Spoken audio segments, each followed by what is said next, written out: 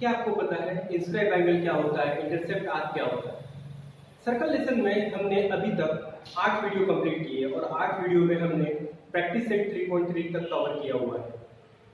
और आज का हमारा टॉपिक है इंस्क्राइब एंगल और इंटरसेप्टेड आर्क। मैं प्रशांत Patil Patil's academy of science में आप सभी का स्वागत करता हूँ। अगर आपने हमारा चैनल सब्सक्राइब नहीं किया तो प्लीज आप इसे सब्सक्राइब कीजिए, और जिन्होंने सब्सक्राइब किया हुआ है उनके लिए थैंक यू।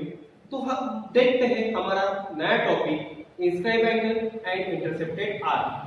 जैसे यहाँ पे डेफिनेशन हमने यहाँ पे लिख के दी है। इंस्क्राइब एंगल क्या होता है? An angle is called an inscribe angle in an arc of a circle if its vertex is on the circle and arms intersect the circle in distinct points. The adjoining figure ABC inscribe angle in arc ABC. Definition और उसका एक example हमें दिया हुआ है। Example है angle ABC is an inscribe angle. ABC जो angle है ये एंगल इंस्क्राइब एंगल है, बट ये ABC एंगल कौन से आर्क में इंस्क्राइब किया गया है? ABC आर्क कौन सा रहेगा? ABC में एंगल ABC ये इंस्क्राइब किया गया है। सेकेंड एग्जांपल हम देखते हैं। जैसे एक डायग्राम, एक नई डायग्राम हमने ड्रॉ कर ली है और यहाँ पे हम नाम देते हैं PQR। अब यहाँ पे देखिए PQR ये जो एंगल है, PQR ये एंगल इंस्क्राइब किया एंगल है। ये इंस्क्राइब एंगल है कौन से आर्क में? PQR। ये PQR आर्क में ये एंगल PQR ये इंस्क्राइब एंगल है। तो इस तरह हम इंस्क्राइब एंगल को पहचान सकते हैं। दूसरा है इंटरसेप्टेड आर्क। अब ये इंटरसेप्टेड आर्क क्या होता है? The arc of a circle that lies in the interior of angle.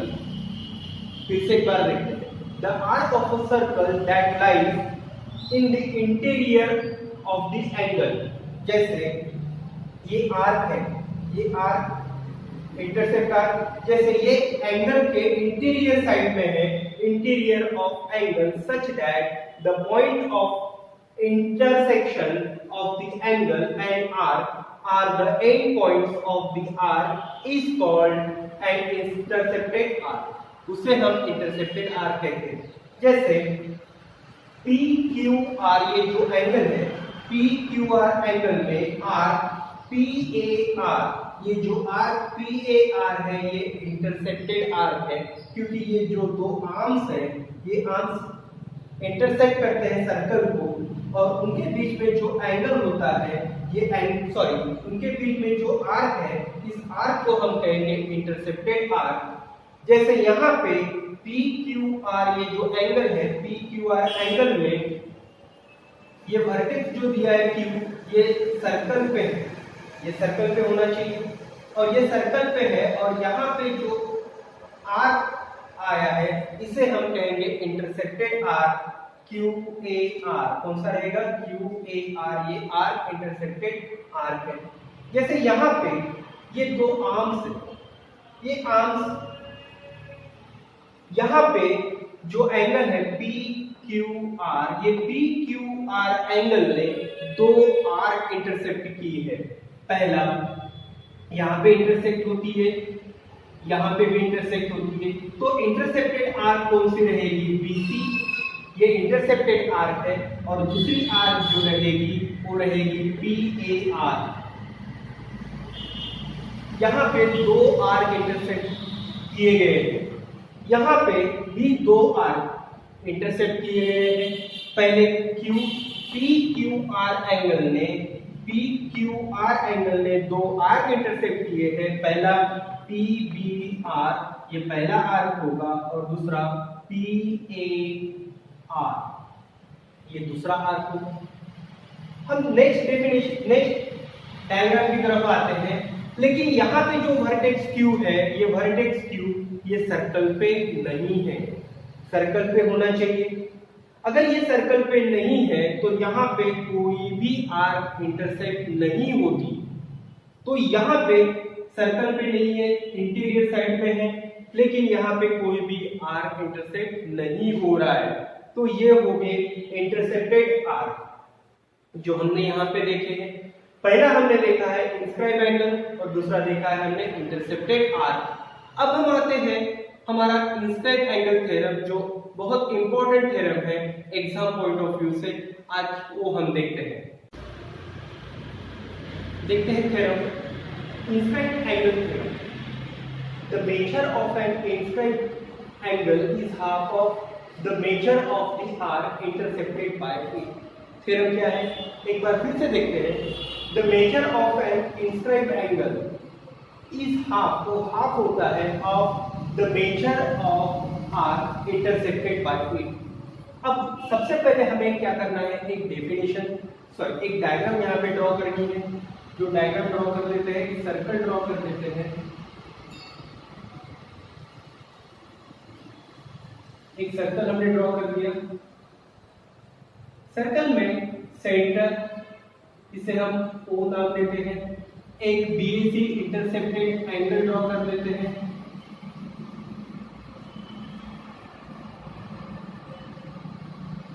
यहाँ पे BAC एक इंटरसेप्टेड इंस्क्राइब आर्क एंगल है और यहां से हम एक डॉट डॉट करके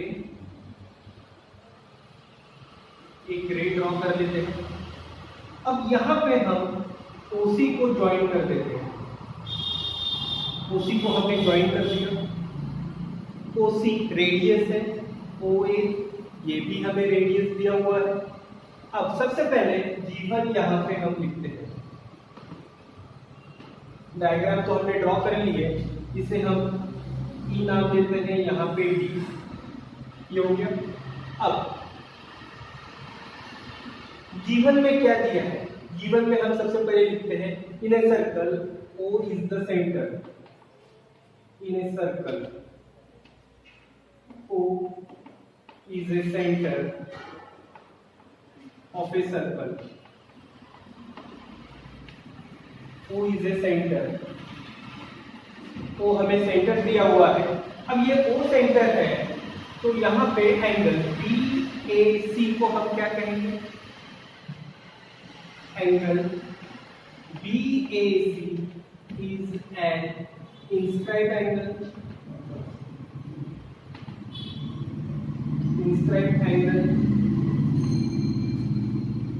and BDC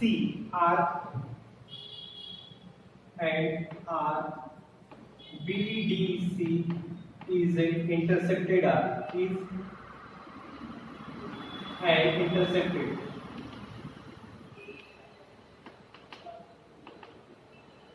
is an intercepted arc। ये हो गया गिवन। टू प्रूव, क्या प्रूव करना है, हमें प्रूव करना है angle BAC equal to half major arc BDC या BEC भी हम लिख सकते हैं। BDC ये हमें प्रूफ करके बताना है।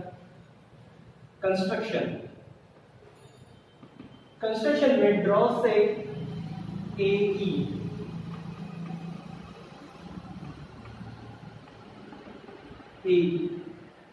And OC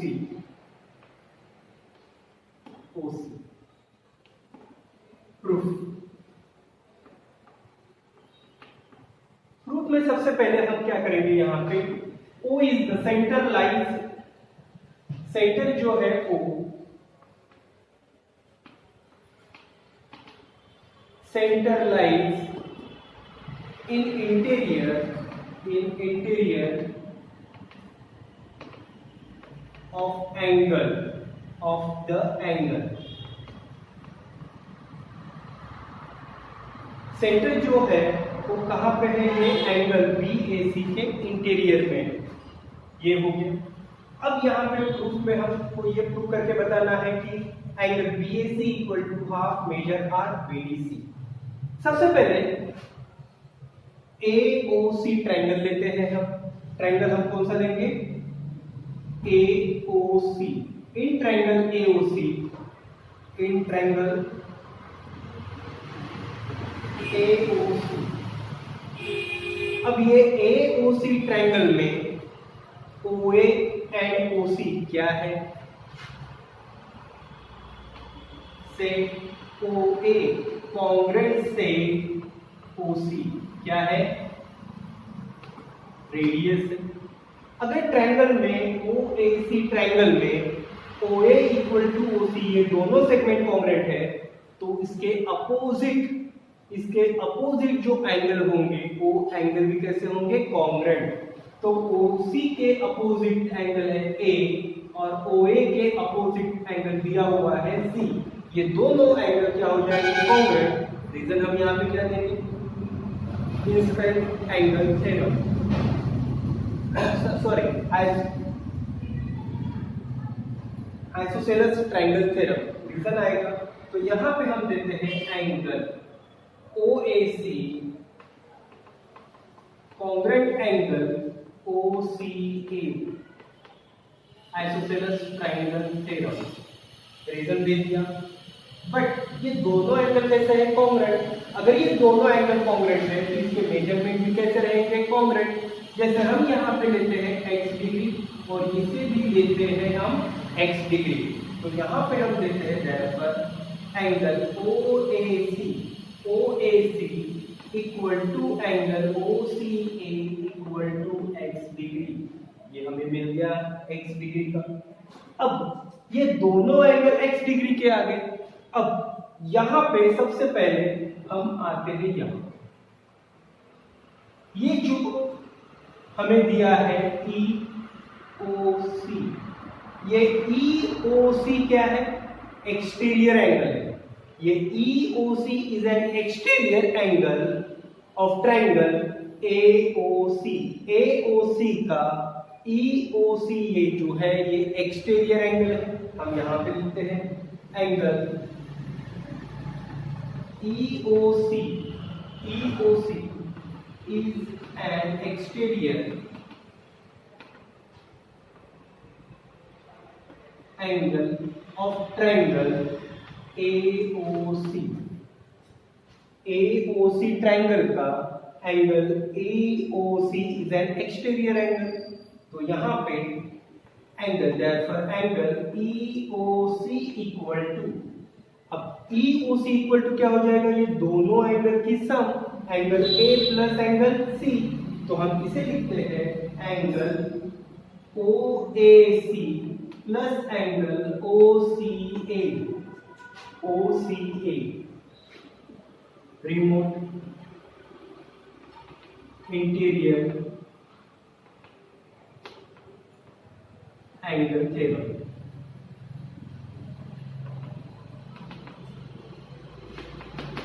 remote interior angle है, ये हमें यहाँ तक मिल गया। अब आगे हम इसको सॉल्व करते हैं। जैसे एंगल EOC इक्वल टू, ये एंगल क्या दिया है? x, ये भी क्या दिया है? x। तो हम यहाँ पे x प्लस x क्या हो जाएगा? Angle EOC equal to 2x degree मिल गया। Angle EOC equal to 2x degree. तो ये जो एंगल हमें मिला है ये 2x है, तो ये भी 2x हो जाएगा, ये R भी 2x हो जाएगा। क्यों? देखते हैं। But angle EOC equal to measure R EC reason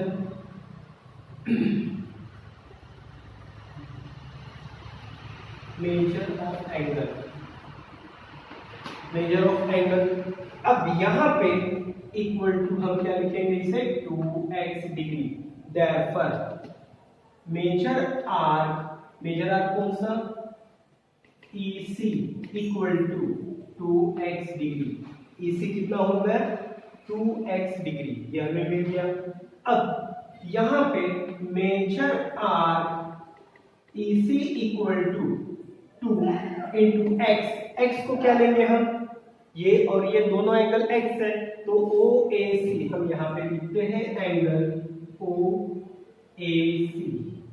ये 2 को हम इधर लेके आ जाएंगे, angle AOC sorry OAC equal to half major R क्या हो जाएगा EC।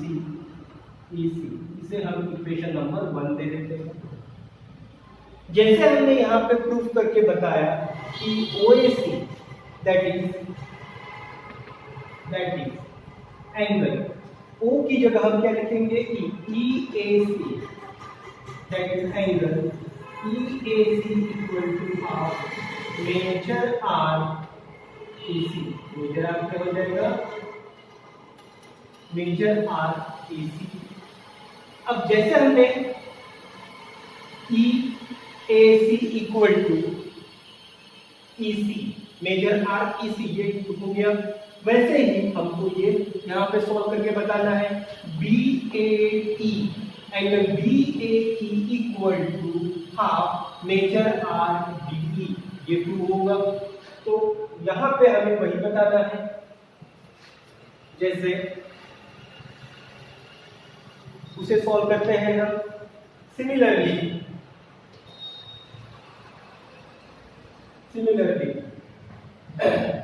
यहाँ पे ये रेडियस देते हैं, रेडियस क्या हो जाएगी BO। Similarly BO is a radius similarly BO is a radius. तो यहाँ पे we can do that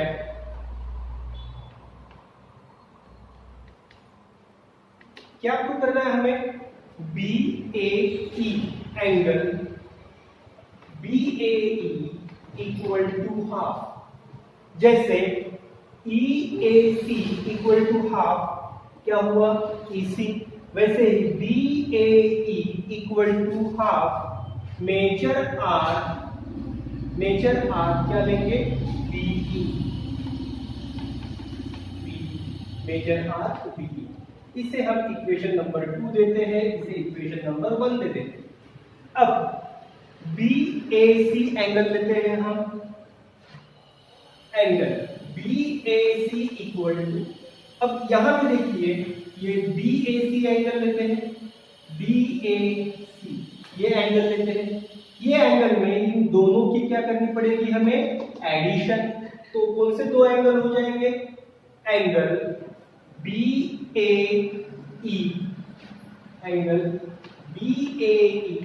plus angle EAC ये हो जाएगा 3।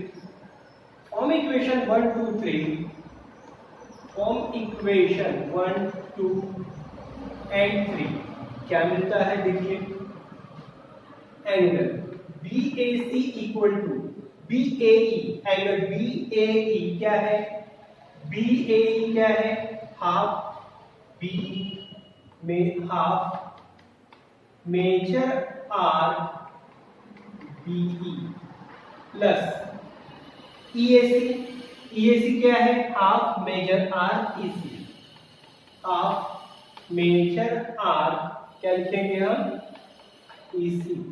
तो क्या होगा angle BAC equal to half common निकाल लेते हैं, तो यहाँ पे क्या हो जाएगा मेजर R हम लिखते हैं यहाँ पे BE plus measure R EC, measure R क्या हो जाएगा EC। इसको सॉल्व करते हैं, जो हमारा आंसर हमें मिलता है अभी देखते हैं। अब एंगल इधर स्टेप आ जाएगी, angle BAC equal to BEC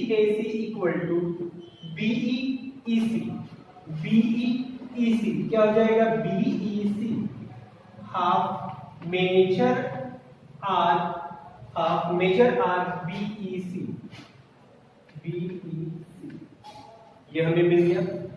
अब यहां पे that is angle BAC equal to half major arc BEC मिल गया, लेकिन वो बीडीसी भी है, तो यहां पे हम मेजर आर्क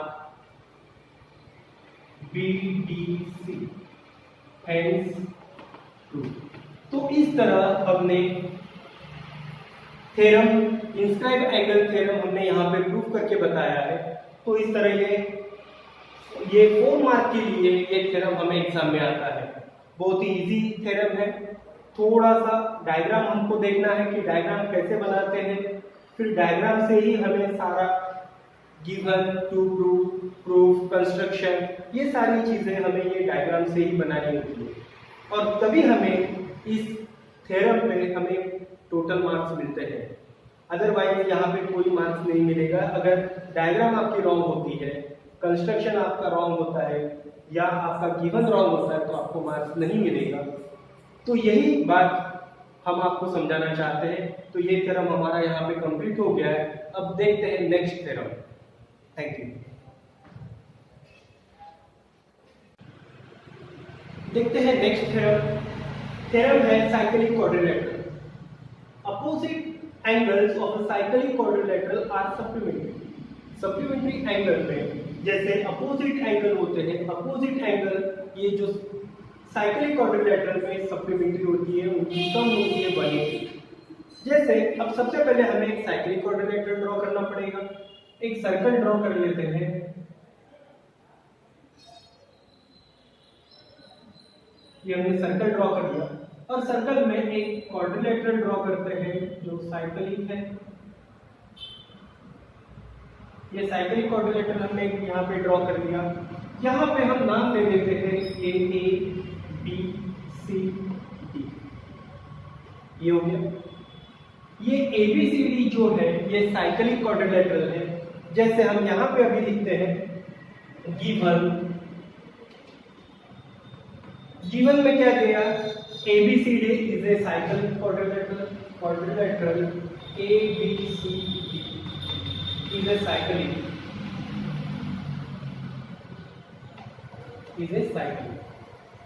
अब गिवन हो गया। टू प्रूफ क्या प्रूफ करना है, साइक्लिक क्वाड्रिलेटरल में अपोजिट एंगल की सम 180 होती है। जैसे एंगल D और एंगल B, इनकी सम होती है 180।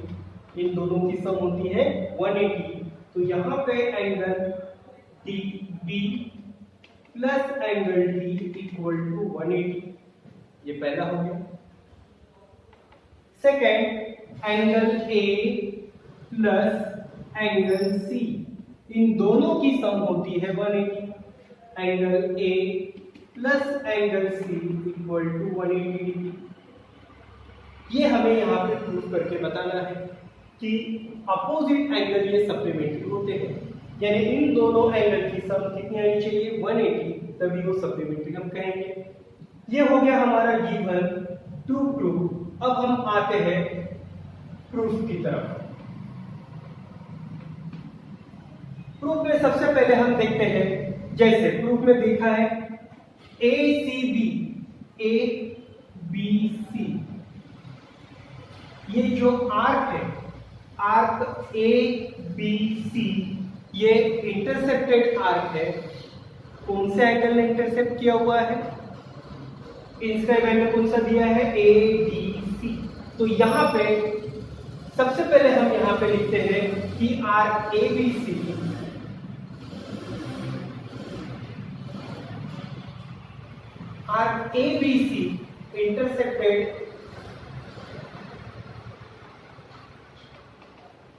intersected by angle ABC। Arc ABC intersected by angle ADC। ठीक है, तो यहाँ पे जो एंगल है ADC इक्वल टू क्या हो जाएगा, ये ADC इक्वल टू क्या हो जाएगा, ये हाफ होगा। ये हाफ किससे होगा, ये आर्क से। ABC हाफ मेजर आर्क कौन सा आएगा, ABC इसे इक्वेशन नंबर 1 देते हैं, reason by inscribed angle theorem, by inscribed angle theorem. ये पहला रीजन होगा। अब जैसे यहाँ पे डी एंगल लिया था, अब हम लेते हैं बी एंगल। अब यहाँ पे ए बी सी जो एंगल है ये इंस्क्राइब एंगल है, ये A B C inscribe angle ने कौन सा आर्क इंटरसेक्ट किया हुआ है, ए डी सी। तो यहाँ पे हम लिखते हैं arc A D C intersected by angle A B C, A B C. तो वही यहाँ पे हमारी स्टेप रहेगी, angle A B C equal to half, angle A B C equal to half, ये हाफ हो जाएगा किससे, ये आर्क से। मेजर आर्क कौन सा आएगा, A D C, A D C, A D C. ये होगा equation number 2। From equation 1 and 2 या add equation 1 and 2। Add equation 1 and 2 देखते हैं। Angle A D C plus angle A B C equal to half half common निकाल लेते हैं, ये half और ये हाफ कॉमन निकाल लेते हैं। मेजर आर कौन सा आएगा यहाँ पे, A B C plus major R plus R A D C, यहाँ पे हमें मिल गया। अब यहाँ पे हम देखते हैं A B C A D C, A B C ये सेमी सर्कल हो गया और ए डी सी ये सेमी सर्कल हो गया। तो दोनों की अगर एडिशन करते हैं तो पूरा कंप्लीट सर्कल बनता है, और कंप्लीट सर्कल का जो मेजरमेंट होता है वो होता है 360। तो यहाँ पे हम लिखते हैं हाफ इंटू 360, ये हमें मिल गया। अब आगे angle A B C plus angle A D C equal to क्या आ जाएगा यहाँ पे 180। 2 से अगर हम इसको डिवाइड करते हैं तो यहाँ पे आ जाएगा 180। तो यहाँ पे आ गया 180। Similarly we can prove that क्या प्रूव कर सकते हैं, angle A plus angle C equal to 180 hence 2। तो इस तरह हमने by inscribed angle cyclic quadrilateral ये थ्योरम है, ये थ्योरम यहाँ पे हमने प्रूव करके बताया है। ये भी थ्योरम बहुत इजी है, लेकिन ये थ्योरम आपको एक्टिविटी जैसा आता है। अगर एक्टिविटी जैसा आए तो आप एक्टिविटी के हिसाब से सॉल्व करिए। अगर आपको थ्योरम ऐसे लिखने के लिए आया तो आपको सबसे पहले डायग्राम बनानी है, और इस डायग्राम से ये लाइन रहेगी और एक डायग्राम रहेगा। डायग्राम से आपको टोटल, गिवन, टू प्रूफ ये सारी बातें यहाँ पे बतानी है, तभी हमें कंप्लीट मार्क्स मिल सकते हैं। तो इस तरह ये थ्योरम हमने कंप्लीट कर लिया है। अब नेक्स्ट जो हमारा वीडियो रहेगा वो रहेगा प्रैक्टिस सेट 3.4 पर। Thank you.